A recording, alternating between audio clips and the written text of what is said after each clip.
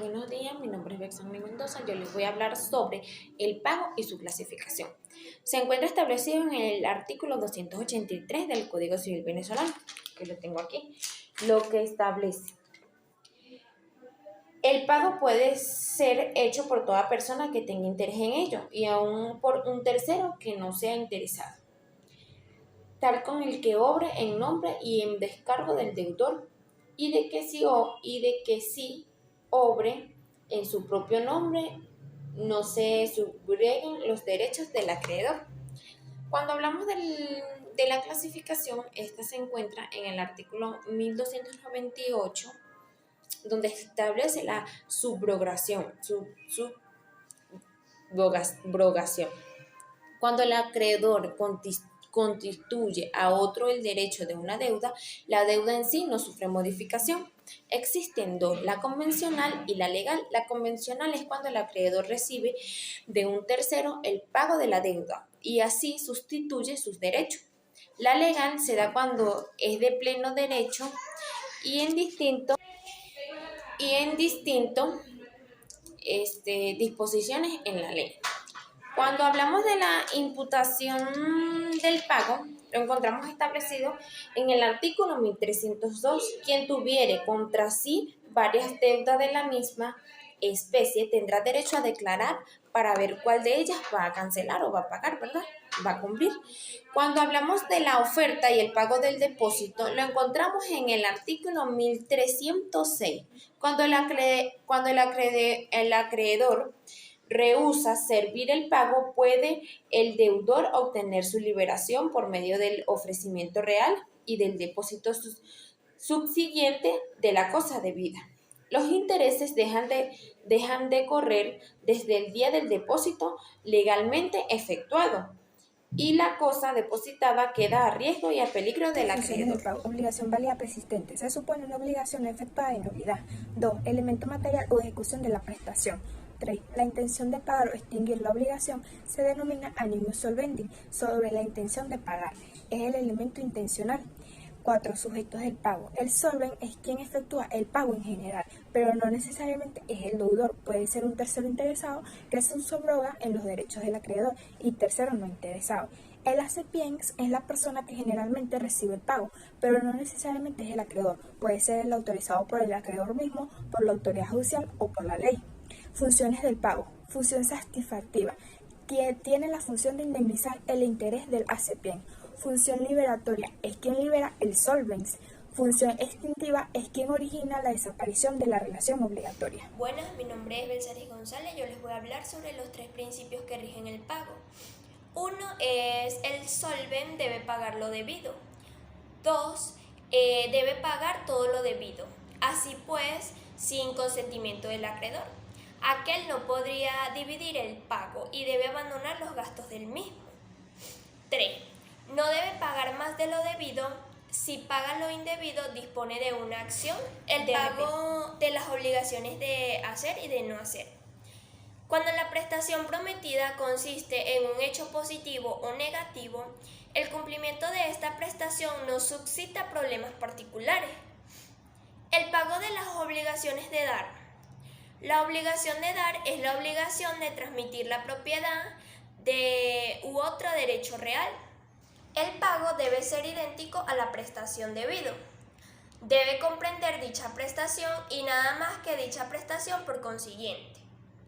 No puede obligarse al acreedor a recibir una prestación o cosa distinta a la que se debe, aunque el valor de la cosa sea igual. Es la decadencia de los derechos. Pérdida de acción, más precisamente de la prestación, es de naturaleza extintiva. La caducidad es el proceso que se puede oponer como cuestión previa en el artículo 346 del Código de Procedimiento Civil, exactamente en el ordinal 10, que dice esto: dentro del acto fijado para la contestación de la demanda, podrá el demandado, en vez de contestarla, promover las siguientes cuestiones previas. En el ordinal 10 dice que la caducidad de la acción está establecida en la ley.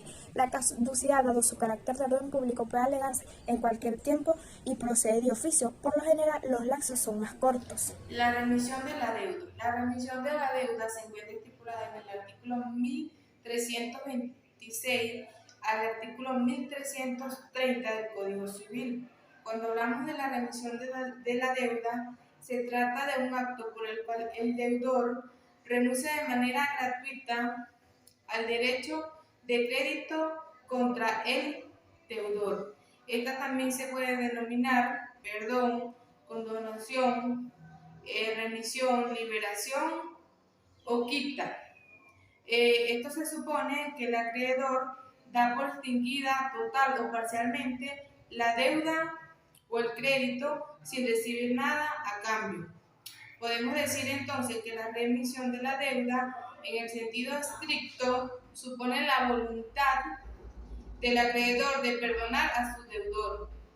Si hablamos entonces de la confusión, podemos decir que esta se encuentra estipulada en el artículo 1342 y 1343 del Código Civil. ¿Qué nos dice el artículo 1342 del Código Civil? Cuando las casualidades del acreedor y del deudor se reúnen en una misma persona, la obligación se extingue por confusión.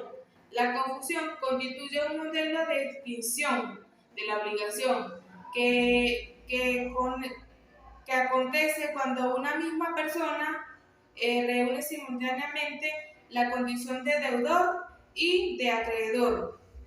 La reunión de las cualidades del deudor y acreedor es cuando una misma persona se produce en consecuencia de la situación hereditaria por mortis causa. La novación es otra de las formas de extinción de las obligaciones, en la cual esta consiste en la transformación de una en otra. Es decir, que en el momento que se crea una nueva obligación, la otra queda extinguida.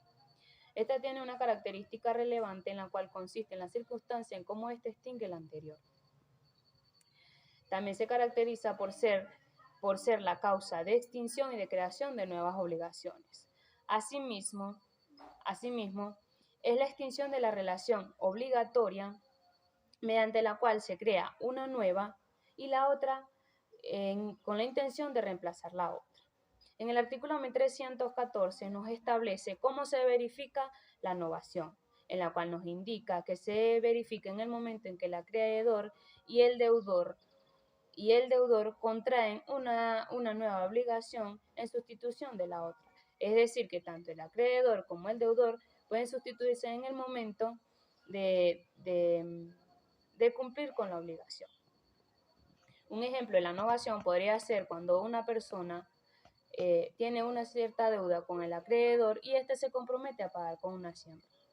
En dado caso en que la siembra no se le dé por causa ajena a su voluntad, éste puede acudir al acreedor para proponerle otro periodo de tiempo para poder cancelar por completo la deuda. En caso de que el acreedor acepte esta nueva propuesta, estaría extinguiéndose la anterior obligación por una nueva. Esto no quiere decir que nace una nueva obligación, sino que se mantiene la misma obligación de pagar la deuda, pero en un nuevo contrato. La delegación. La delegación se constituye en un acto en la cual una persona, que es el delegante, la cual le otorga a otra persona, que es el delegado, en la realización de un acto a ejecutar en beneficio del delegatario. Es decir, que en ese caso existen tres participantes, que es tres sujetos, que es el delegado, el delegante y el delegatario, en la cual ambos, tanto el acreedor como el deudor, pueden asignar a una tercera persona en el momento en que se vaya a realizar el pago. Así también lo establece el artículo 1313 del Código Civil. La prescripción. La prescripción en un sentido común es la adquisición o la pérdida de un derecho por el transcurso de un tiempo. Está la transcripción adquisitiva y la transcripción extintiva. Como bien se dice, la extintiva extingue por completo la obligación a un determinado tiempo. Pero la extintiva tiene un alcance mayor que la adquisitiva, ya que la extintiva se aplica a las acciones personales, mientras que la adquisitiva aplica a los derechos reales.